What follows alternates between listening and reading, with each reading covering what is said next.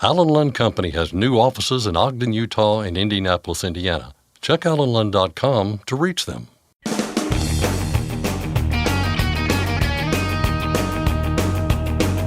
OOIDA, representing America's truckers since 1973, presents Landline Now with your host, Mark Reddick.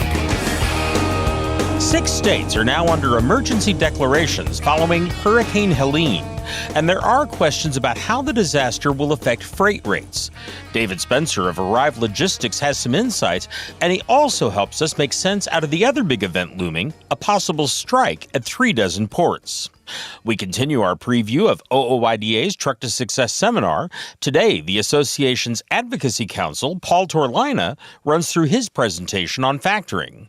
Also on today's program, for most of the history of trucking, over-the-road rigs have been fueled by diesel, but a change is in the air and alternatives are being developed. One alternative that's gaining attention among truck and engine manufacturers is hydrogen combustion engines. I'll talk with Jim Nebergall of Cummins.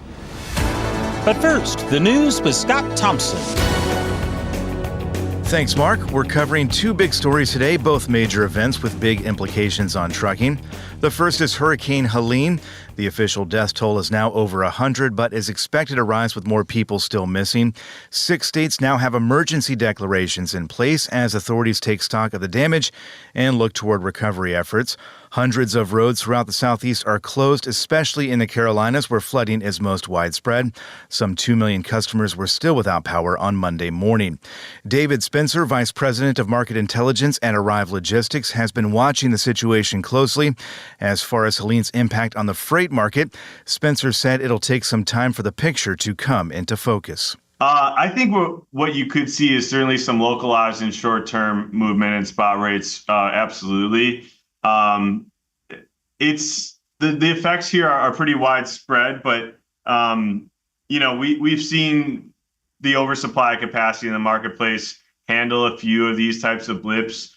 As of late, again, I think it's a little early to tell exactly what those demand indicators look like to know exactly how much and how long that bump would be. But my instinct is that, especially if we are going to anticipate a slowdown in demand outbound from some of these East and Gulf Coast ports in this area, that might be able to provide some of the capacity that can help support the recovery here and limit the longer term effect of potential spot rate opportunity. That's a theory at this point. Like I said, we'll see how these storms finish their final blows here. Compounding matters. There's a chance of a new storm developing in the Western Caribbean or Gulf of Mexico later this week. While it's still too early to forecast what the storm might look like or where it might hit, it's got people's attention. That looks like, right now, less than 50% chance of development, but it's something that's on the radar. I think, we got to keep our eye on the waters right now for what else is coming. This storm was big, and another 1 or 2 blows, and those are the type of events that could really stress this market. Speaking of stresses on the market, tens of thousands of union workers at docks throughout the East and Gulf Coast regions are still on course to go on strike on Tuesday. A group representing ocean carriers and port terminal operators is on one side of the dispute, the International Longshoremen's Association, or ILA, on the other. There are no talks scheduled leading up to the midnight deadline tonight. The president does have the right to invoke something called the Taft-Hartley Act, which would force striking workers to go to work while negotiations continue. But the White House has said they will not step in, for now at least, creating an atmosphere of uncertainty. Spencer said everyone is in wait-and-see mode right now, and the impact of a work stoppage at 36 ports may very well depend on how long it lasts. Our perspective on this is the impact to transportation markets is really going to come down to how long that strike lasts. If we see that strike resolved in 1, 2, maybe 3, 4 days, that's where we start getting into the concerning territory once it gets beyond that.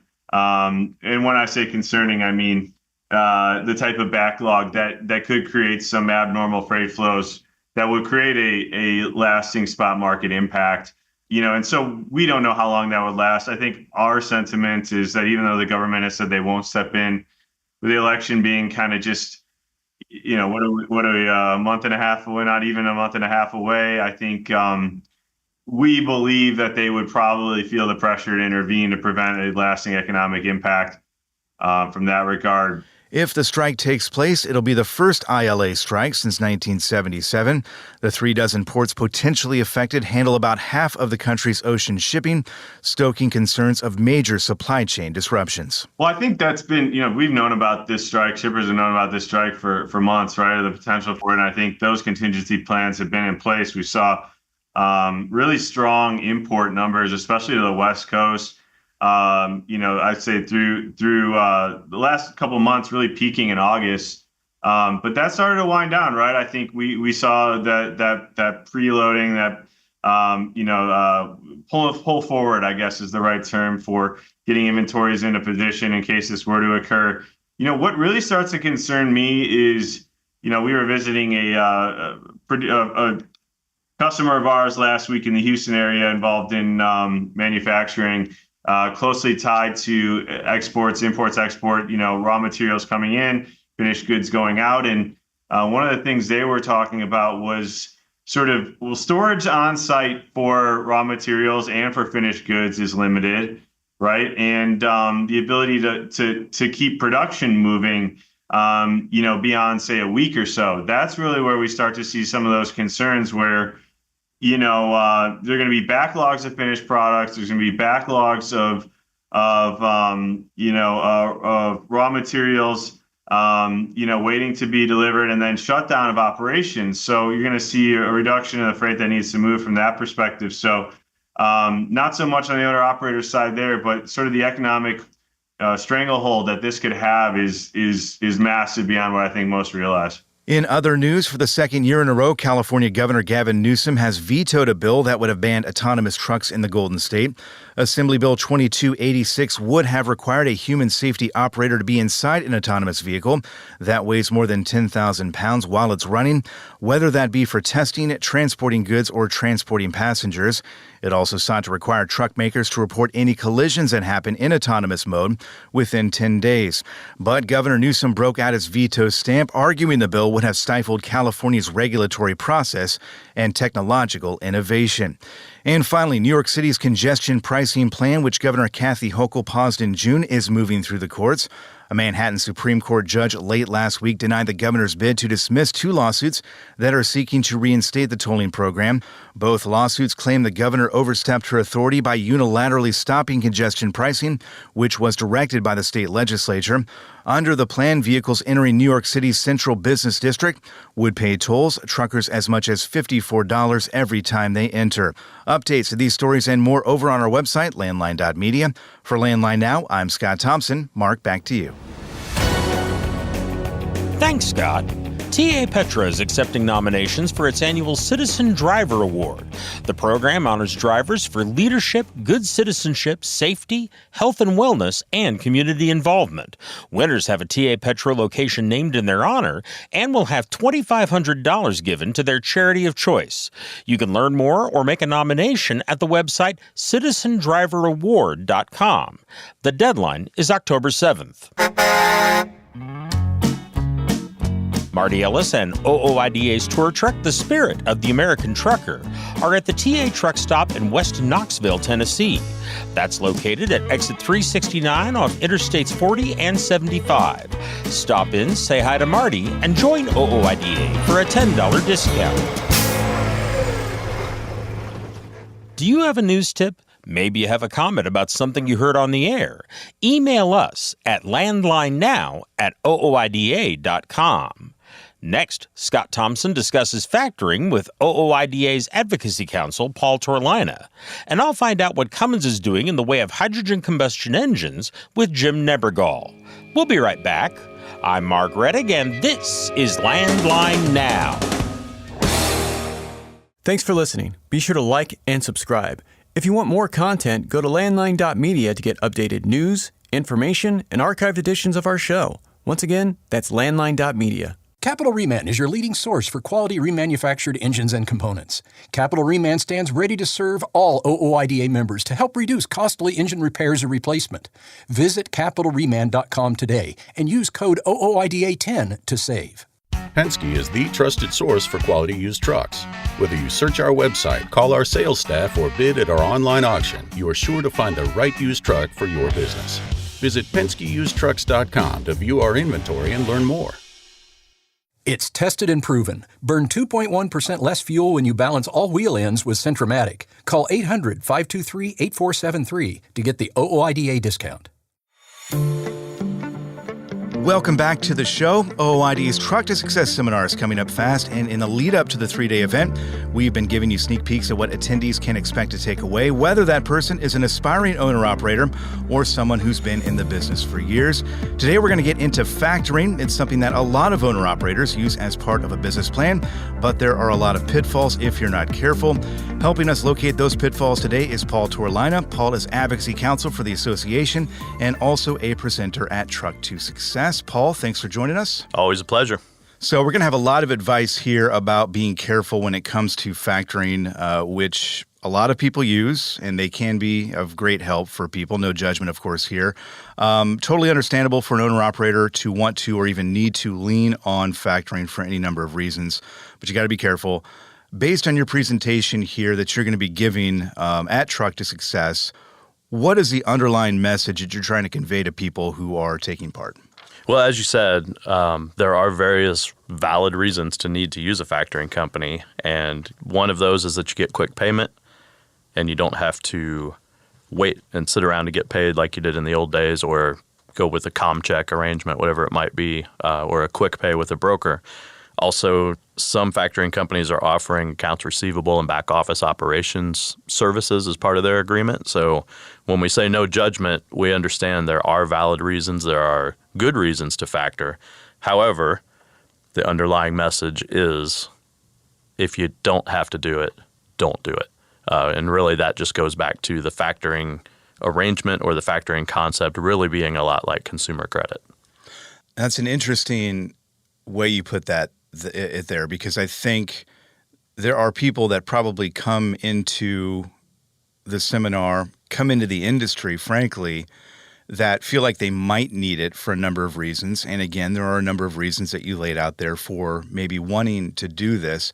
How do you figure out, though, as an individual, as an owner-operator, whether you do need it or if you can go without it? Because I think that's probably the biggest question that people need to ask themselves, I would imagine. Sure, I agree with that 100%. I think this is something you will hear in a different presentation at Truck to Success.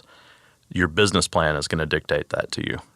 What kind of finances do you come into your operation with? Are you starting with nothing and borrowing everything? Are you starting with a sizable investment that you've been able to accumulate so you don't have to take on debt? Usually that is a factor in whether you'll factor. Sure. Because people who come in with a lot of debt or essentially go with a no money down, let's start a business operation, they typically find themselves in the position of needing to get paid as quickly as possible and almost forcing themselves into being in a factoring situation from day one. Yeah. So that probably is the biggest decision that someone would have to make with regard to factoring. Maybe a close second, or maybe even more important, I suppose, is making sure that you're involved with the right factoring company. Absolutely. There are plenty of factoring companies out there. I think the vast majority of them are, good and are carrying out a decent business plan, right? And looking out for the people that they're working with. There are some bad actors out there, though. Let's start with how you recommend people would find the right factoring company for what they're trying to do. So when we say right factoring company, I'm going to take that question from the angle of avoiding the bad actors or the bad apples out there. One thing you can do is check with the Better Business Bureau or other similar services to see what kind of database they might have on a company that you're considering. See if you can find out how many names they might operate under. Some companies like to operate under 3 or 4 different names. Try to find all those names if you can. The next best option, which also happens to be quite free, is a Google search. You can find a lot of things on Google that are not necessarily official records or things like the Better Business Bureau, but they're out there from individuals, maybe providing reviews, maybe posting on a message board. I'm not saying to go out and do a Google search and take everything you find hook, line, and sinker. Yeah, please don't do that. Yeah. However, they can point you to some red flags if they exist, and then you can decide how to investigate that further. The last thing I would tell you to do on how to check with, I don't know if check with is the right word, how to check on a business, I guess, is to see if you can get a copy of their contract up front before you sign it, before you enter into it, because a more reputable company that has a better standing in the industry, they're probably going to be willing to give you that contract in advance and say, sure, take your time, look it over. You want to have a lawyer look at it? Great. Do whatever you need to do on your end, and then if you like it, sign it. The other ones that are less reputable or shady or whatever you want to call it, they're probably not even going to give you a copy of it after you've signed it. So that should be a bell that goes off in your head when you're researching these companies and talking to an agent or somebody about whether to sign on with them, is how they treat you. Do they treat you like a quote-unquote used car salesman in a high-pressure sales tactic? Sure, yeah. Or are they patient with you and willing to let you investigate as much as you want? Yeah, trust your feelings there. Sure. You know, you mentioned, we're talking about red flags, but you mentioned a green flag, I think, there, in that if that company is willing to give you the contract ahead of time and say, hey, take your time with this, we know it's a big decision, we want to make sure that you feel comfortable with it, that's a green flag right there. For sure. One of the things that you mentioned also, if you've got a company with multiple names out there, is that necessarily a red flag? To me, that would say, you know, what's going on here? Why do they have so many different entities out there? But not necessarily a bad thing. I'd call it a yellow flag, because there might be plenty of legitimate reasons. Maybe they have a certain division that only handles hazardous material factoring loads. Maybe they have another division that factors maritime loads from ships that has nothing to do with trucking. Plenty of valid reasons to have different divisions and different names. But there could be red flags as well if they're a company that maybe is shady and doing nefarious things and reforming down the road to avoid debt. Those are the things you got to look into, though. It's hand-to-hand combat, and you got to fight it left and right. Yeah. For those who may be old enough, they might remember the Scared Straight, video there where they're trying to scare kids from. This is not a Scared Straight situation, but I know you do spend quite a bit of time warning people about the pitfalls, and that is to make sure that they are going in eyes wide open to these situations to make sure they're not getting taken advantage of. For sure. So let's talk about some of the pitfalls that people do fall into, I guess cautionary tales here, if you will. Okay. The contract really is king here. And you mentioned earlier about the fact that some factoring companies will let you look at the contract for a while before you sign it to see how you're feeling. There are others that are real protective of it. Again, that should be kind of a red flag right there. But in terms of the contract that you get, what should they be looking for in that contract and language, maybe green flags, red flags, whatever else may fall in between? Sure. Well, with the limited time we have, I think it's probably best to start with the red flags. The first thing you want to know is what are you getting charged? What's the percentage fee they're taking on your load? And we'll explain that in detail at the seminar, so I don't want to try to get into that too much here with limited time. But what are they charging you, essentially? On top of that, it's probably a flat percentage per load. Are there fees that go with it? Many factoring contracts are full of hidden fees that you don't know about. Just as one small example, we'll get into all the others at the seminar. Do they charge you a fee to pay you? Some people have an ACH fee or a check fee or whatever it might be, and they're always small amounts. They're always $1, $2, $5, $10. But if you're running 10 loads a month, those add up quick. Now you might be talking about $50 just to get paid, and that's a potential problem. So know what your fees are, know what your percentage is. Some of the things that we've found over the years looking at factoring agreements is, particularly now, there's a new trend saying that the factoring company is entitled to all of your ELD data, and you have to sign a waiver to share that data with anybody that the factoring company feels necessary to share it with. That seems excessive and it seems predatory, but the factoring companies will tell you, oh, well, this is a way to combat broker fraud or load fraud or whatever it is. And then that is a legitimate point. I mean, they're using the ELD data to make sure that things are going where they're supposed to go in the time that they're supposed to, and a legitimate load was run, all those things. However, there's a lot of other potentially hazardous things that ELD data could present if someone else has it besides you. So that's one thing to know about in the contract. Another thing outside of the fees and the ELD data is that almost every factoring contract I've ever seen has a power of attorney section in it. And what that power of attorney section does varies greatly from contract to contract and company to company, but it could be something as small as having the right to file UCC filings on your equipment to protect a lien or whatever it might be that the factoring company has, all the way to being able to collect your mail and open it whenever it comes. And you have to assign all of your mail to come to their office.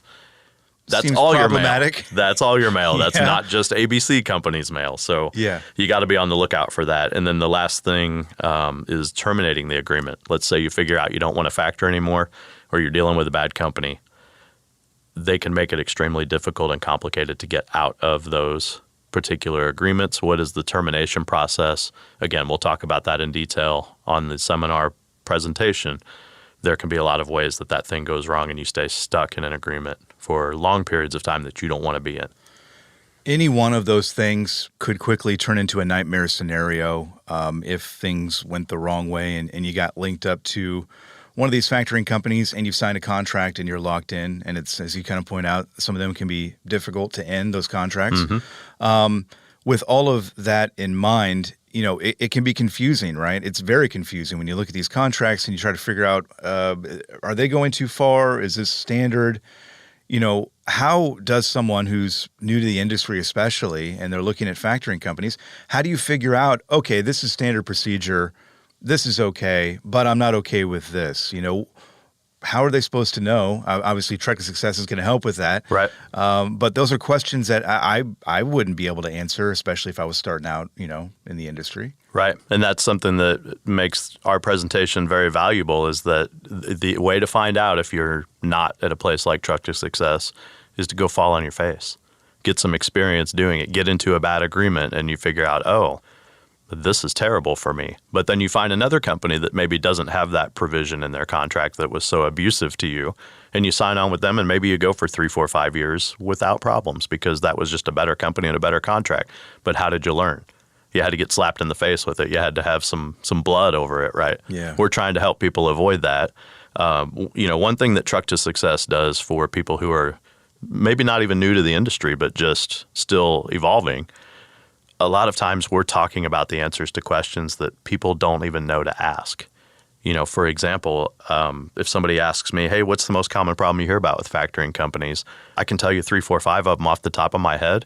And if you've not had that come across your steering wheel as a driver, you've never even thought to ask questions about that. But here you are, you're going to line up for a few $100s at Truck to Success and get the answers to that and help protect your investment of tens or hundreds of thousands of dollars in this industry without having to get slapped in the face and learn the hard way. Yeah. Well, you hit on something there. I think that's the most important thing maybe about Truck to Success. Obviously, you learn a lot of information about any number of things and all important things if you want to be successful in the industry. But you're in a room with people who are in similar situations to you, or in a room with people who have maybe gone through similar situations already, and you've got experts on the stage throughout the 3-day seminar who you can lean on and ask those questions. And you're not just learning stuff from the people who are presenting like yourself.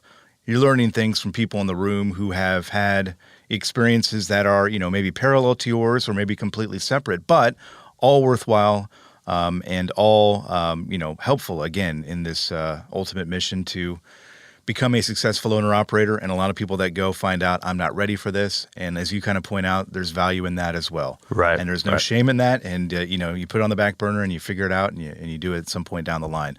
Paul, we'll have to leave it there, but we appreciate it. And we've got more information coming on Truck to Success here in just a moment. But thank you for your time. You bet. Our thanks to Paul Torlina of OOIDA. Some housekeeping here. As we mentioned there, Truck to Success runs from October 22nd through the 24th in Blue Springs, Missouri.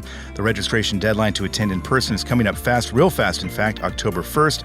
And if you'd like to attend virtually, the deadline is October 21st. More information at truck2success.com. Stick around. Landline Now returns right after this short commercial break.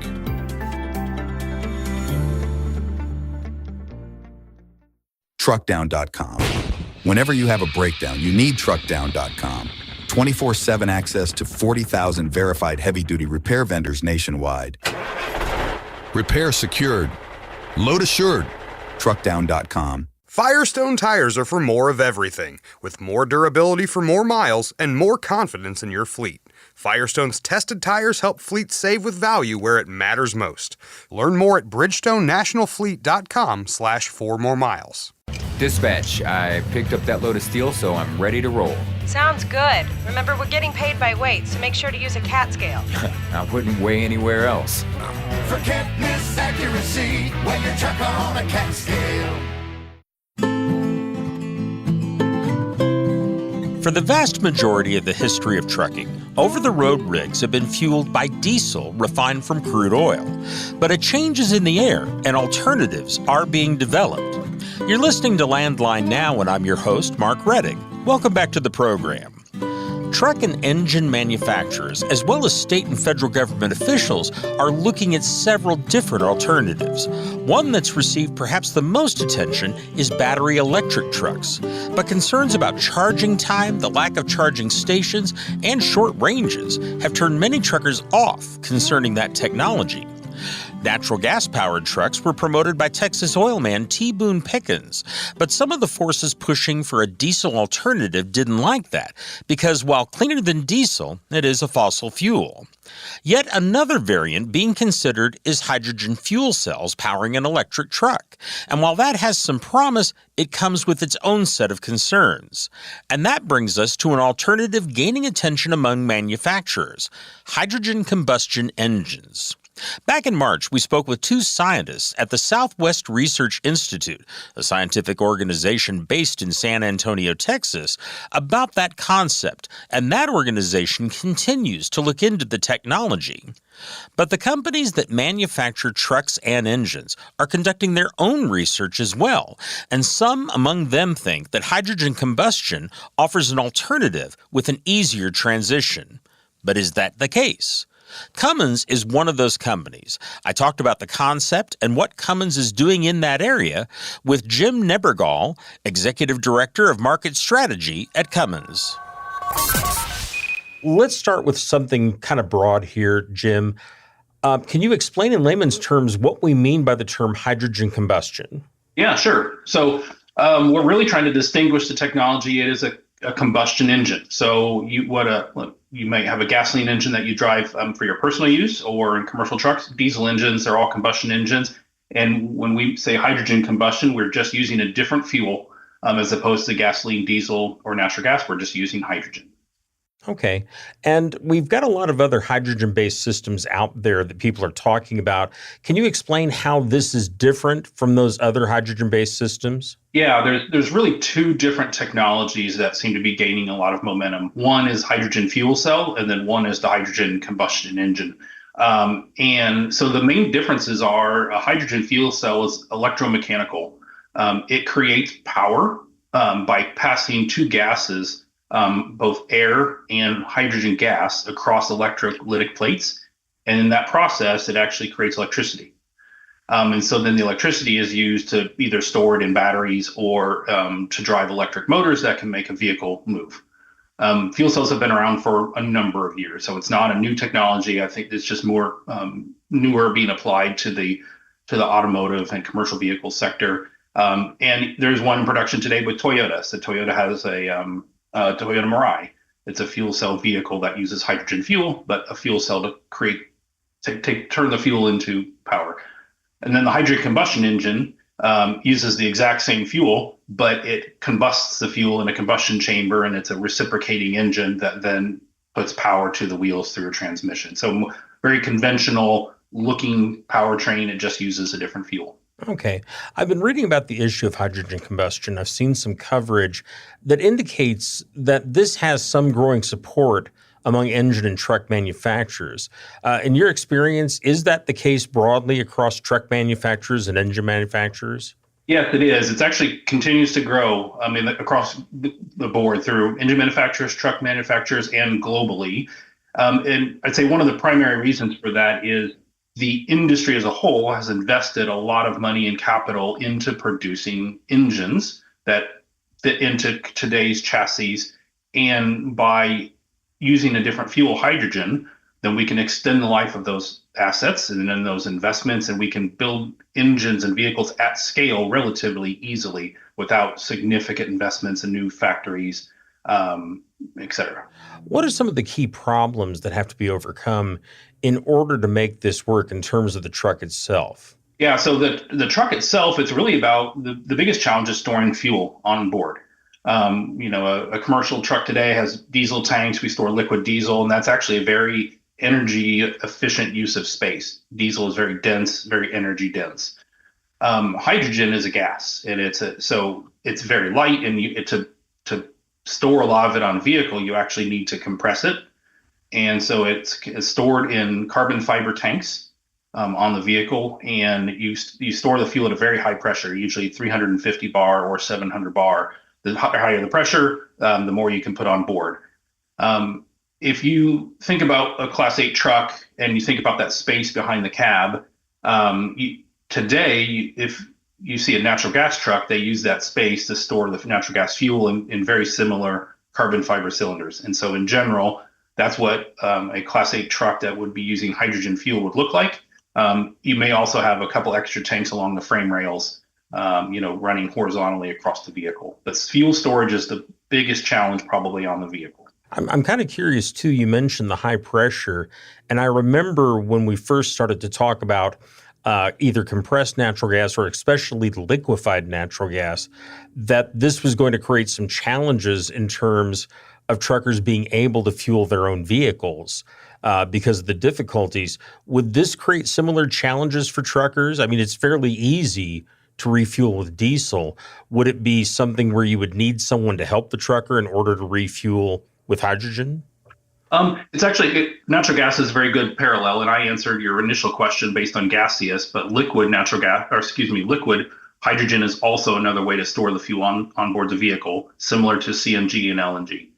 So one, you can store it as a gas and a liquid, and they all look very similar. It's just the liquid is very cool, very cold, and so you have to have special gloves, and but the driver can still fill the vehicle themselves, both liquid or gaseous for hydrogen, similar to natural gas. Let's talk a little bit about the engine itself, because as you mentioned, this is simply another form of internal combustion. And I know that there would have to be some degree of conversion from the existing internal combustion technology to use this. What's involved in kind of converting that traditional internal combustion engine into a hydrogen combustion engine? Yeah, so going from a diesel to a hydrogen, there's quite a few components that change. It's actually, the hydrogen engine is much closer to a natural gas engine because you have a spark plug. So it is a spark ignited engine like natural gas. So it's not compression ignition like a diesel engine is. So on a gaseous fueled engine, you have a spark plug and you have a different compression ratio because it is not a compression ignition engine. So that'll change your connecting rod. It'll likely change your piston and your rings. To have a spark plug, it is a different cylinder head. So you can see there's quite a few changes. Anything that's related to the fuel and introducing the fuel to the combustion chamber is different for a hydrogen engine because it is a gas. So you would use different injectors. It runs at a different pressure. The fuel's at a different pressure than diesel. So there's a lot of changes with cylinder head, how you bring the fuel in. Also, the air handling system is different. It is a turbocharged engine still, but it does take a lot of air to get proper combustion. So the likelihood of dual turbos or something like that, is likely. And in the hydrogen combustion is very, very, very low NOx emissions. So NOx is NO and NO2. On a diesel engine, we have an EGR cooler that EGR is used to exhaust gas recirculation is used as a technology to lower NOx. Because the hydrogen is so clean burning, so low NOx, you don't have EGR on the engine. Those are the initial things that come to mind. After treatment is actually quite a bit different too. The after treatment for a hydrogen combustion engine is closer to diesel because it, as we've looked at the different technologies for how to combust hydrogen, we are using lean burn. So lean burn combustion technology uses SCR for the after treatment. So there are still NOx emissions, and so it will have SCR, but there's no particulate filter. There's no DPF, diesel particulate filter, because again, it's so clean burning. But SCR would be required. That's interesting because I would have thought the thing we always hear about hydrogen is the only output is water from hydrogen burning. Why is it that SCR would be required, or is that a bit too far into the weeds? Oh, no, it's fine. It's a good question. So when you have a fuel cell, so if we go back to that earlier conversation, the fuel cell, the only output of a fuel cell is water, because you're essentially recombining the hydrogen and oxygen molecules to make electricity, and then the byproduct is water. In the hydrogen combustion engine, because we are combusting the fuel, there's nitrogen in the air, and then that nitrogen at high temperatures in the cylinder does create a small amount of NOx. And so any kind of combustion will produce NOx. So the combustion engine will still have NOx and requires SCR. There's no carbon emissions, though, so that's actually a really important point. So it is a zero carbon fuel, and you can tell by the fuel. There's only H's. There's no carbon in the molecule. It's just H. And so, that's one of the great things. It's a great decarbonization technology. There's no carbon at the tailpipe. I want to talk about something that may be a little bit outside Cummins' wheelhouse here, but I'm sure that the company has looked at this as others have. And that is some of the factors outside the truck. And one of the big ones is the availability of the fuel, both in terms of production, but also distribution, but also the availability of fueling stations. I want to kind of start with production. What is the supply like now, and what will it take to scale it up were the overall industry to go in this direction? Yeah, so today there are very, very few hydrogen filling stations. There's some in California, and they're mostly support passenger car, like the Toyota that I mentioned. And there's some, I believe, in Canada and Quebec, and there's a few places where there's some hydrogen fueling, but it is very limited. We will need a lot of investment in the industry to support commercial vehicle, hydrogen for commercial vehicles. The U.S. Department of Energy has announced 4 to 5 hydrogen hubs around the U.S. that will produce the hydrogen fuel, and California, and there's a few other places that have been awarded these hubs, and each one it's about $1 billion investment to produce fuel. The hydrogen will be used both for industrial sectors to decarbonize. So steel, glass, there's already like high consumers of hydrogen today, and so part of the hydrogen that's produced in these hubs will go towards these industries to decarbonize those industries from cleaner versions of hydrogen. And then a portion of that fuel will also go to the commercial vehicle sector as well.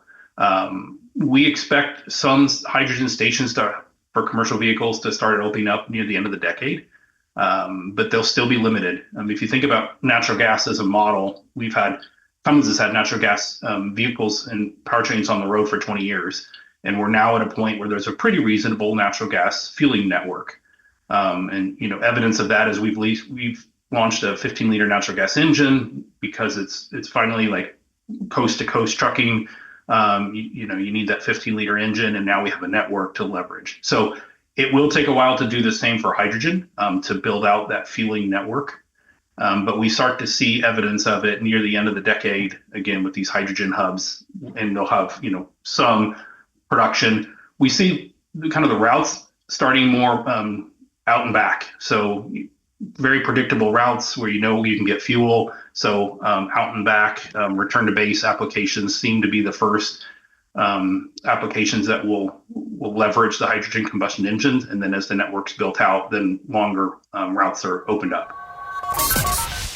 That was Jim Nebergall, Executive Director of Market Strategy at Cummins, talking about a possible alternative power source for trucks, hydrogen combustion. After a short break, I'll talk with Nebergall about how hydrogen combustion compares with electrically powered trucks, as well as hydrogen fuel cell power in trucks. We'll also cover the range of hydrogen combustion powered trucks and whether trucking will gravitate toward one diesel alternative technology or several.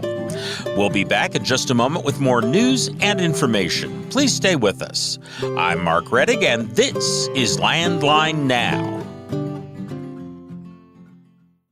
Ready to make more money? Use a better load board. For a limited time, get 50% off TruckStop Load Board Pro. Just go to truckstop.com/go and enter promo code READY2024 when you purchase Load Board Pro. Are you tired of the IRS following you around like a dark cloud? Call 888-557-4020 and get your life back. If you're running ultra-low sulfur diesel in your vehicle, make sure you are prepared and protected all winter long with Howes Diesel Treat, the #1 anti-gel product in North America from the 100-plus-year trusted brand Howes Products. Since you started, what you've loved about trucking is the freedom heading out on your favorite route, a good driving song, and thinking about truck insurance. Well, maybe not that last one. That's why we're here. At OOIDA, we have a full range of truck insurance products, expert advice, and great customer service, helping you get the right coverage for your operation. Go to OOIDA.com because your job is to drive. Our job is to help with everything else. Landline Now. Welcome back. Before the break, I was talking with Jim Nebergall, Executive Director of Market Strategy at Cummins, about a possible alternative power source for trucks, hydrogen combustion. We now continue that conversation in progress.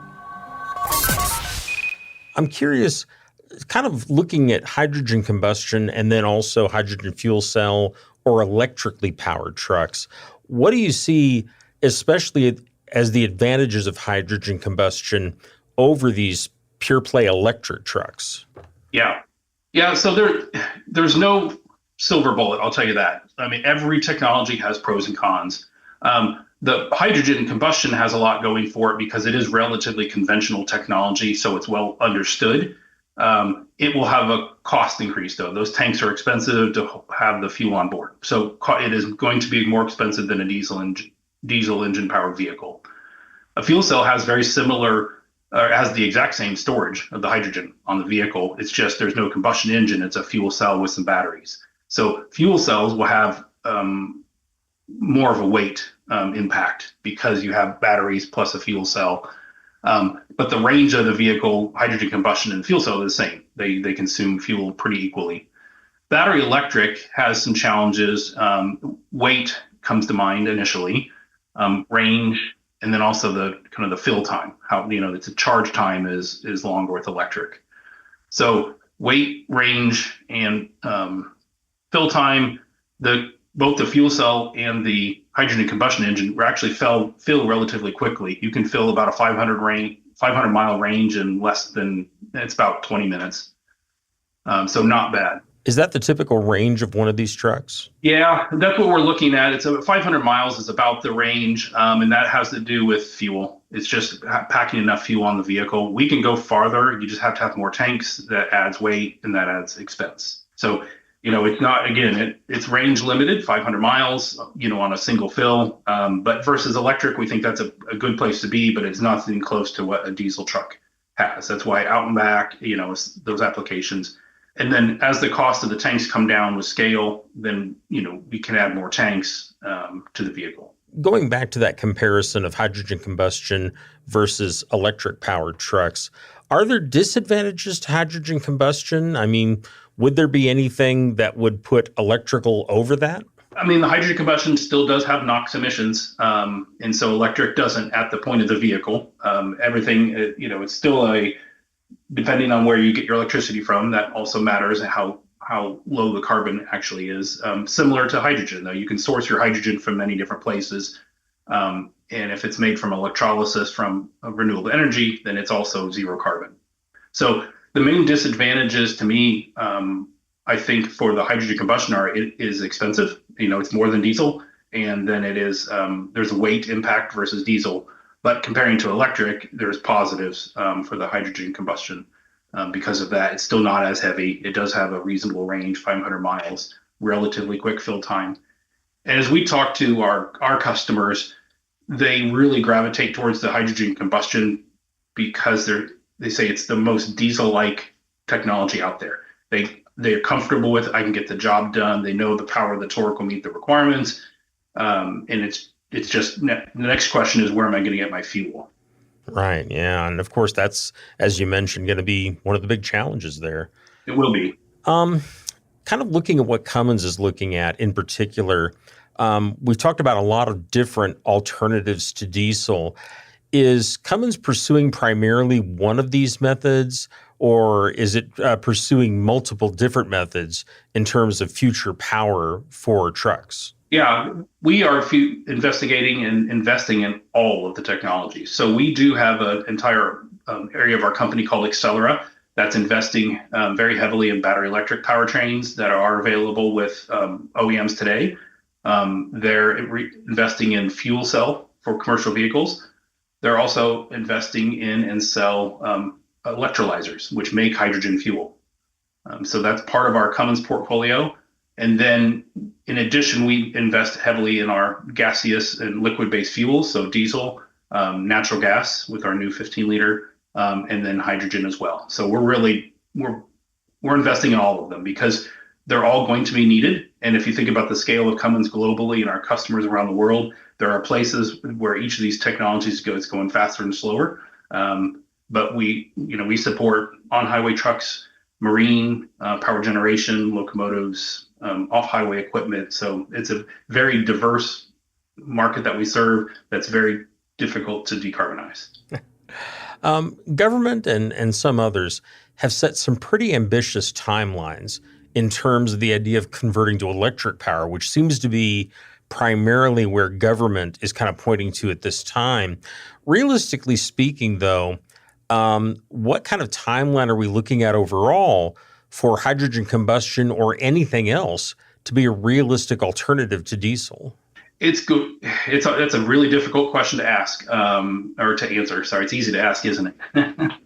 It's very hard to predict. There's a lot of breakthroughs that need to come to bring down the cost of electric fuel cell, the fuels that we're using, the hydrogen fuel, to make it economical. And it is very difficult to displace diesel because it is a reliable, trusted, understood technology. And we see other methods to also decarbonize: biodiesel, renewable diesel. There's drop-in fuels that can deliver the same benefits as a battery electric from a carbon perspective. And there's a lot of ways to truly decarbonize. Okay. All of that said, I want to kind of take a look at some of the stuff we've talked about here. I've talked with a lot of experts in the field, and one of the common themes seems to be, and you seem to say that Cummins is in agreement, correct me if I'm wrong, that there's no one replacement for diesel, that we might be looking at several different power sources being needed in order to replace that fuel going forward. And talking about that and looking at that, and knowing what it would take just to set up a hydrogen network nationwide or an electric charging station network nationwide, is it realistic to set up multiple networks for multiple energy sources? Or is it more likely that maybe these different power sources might be used in different usages, like electric for very local or short haul, hydrogen or something like that for long haul? I mean, what do you think is going to be the path going forward? Yeah, no, I think you described that well. It is, you could argue it's a waste of money if we duplicate multiple infrastructures to deliver the same thing, right? If we focus our resources, yes, the electric for regional haul, return to base is a very logical technology. And then when you get into the longer hauls, and that because of the range, the expense, the weight, you need some sort of liquid or gaseous fuel.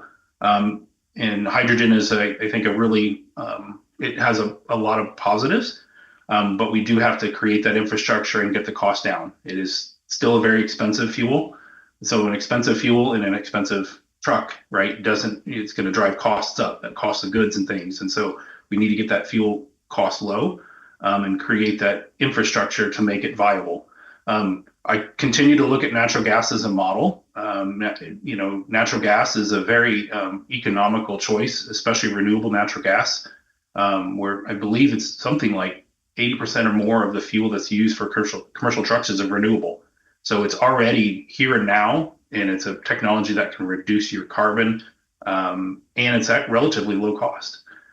So we need hydrogen to get to a similar place, have a distribution network that can meet the needs of the trucking industry.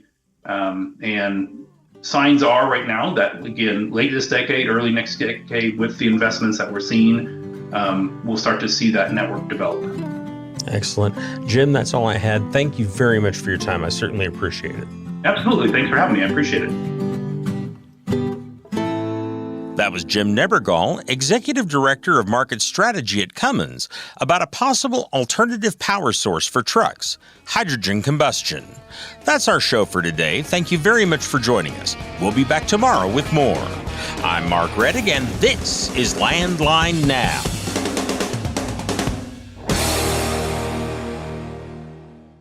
Thanks for listening. Be sure to like and subscribe. If you want more content, go to landline.media to get updated news, information, and archived editions of our show. Once again, that's landline.media. Control your toll costs and eliminate tolling headaches with Prepass Tolls. Prepass Tolls means toll volume discounts. Just one invoice for all tolls and fewer violations. Call 877-878-5970 or go to prepass.com. I'm a dad, a son, a husband, wife, I'm a writer, photographer. I farm. I'm a veteran. I love old cars, fishing, my kids, chrome, and I am a professional truck driver. And together we are OOIDA. OOIDA was founded by truckers to stand up and speak on behalf of truckers. We've done that by combining the individual voices of our members into a single, powerful voice. Protecting your interests, defending your rights. Join us! Make your voice heard. Join OOIDA, the Owner-Operator Independent Drivers Association. Call 1-800-444-5791 or visit OOIDA.com.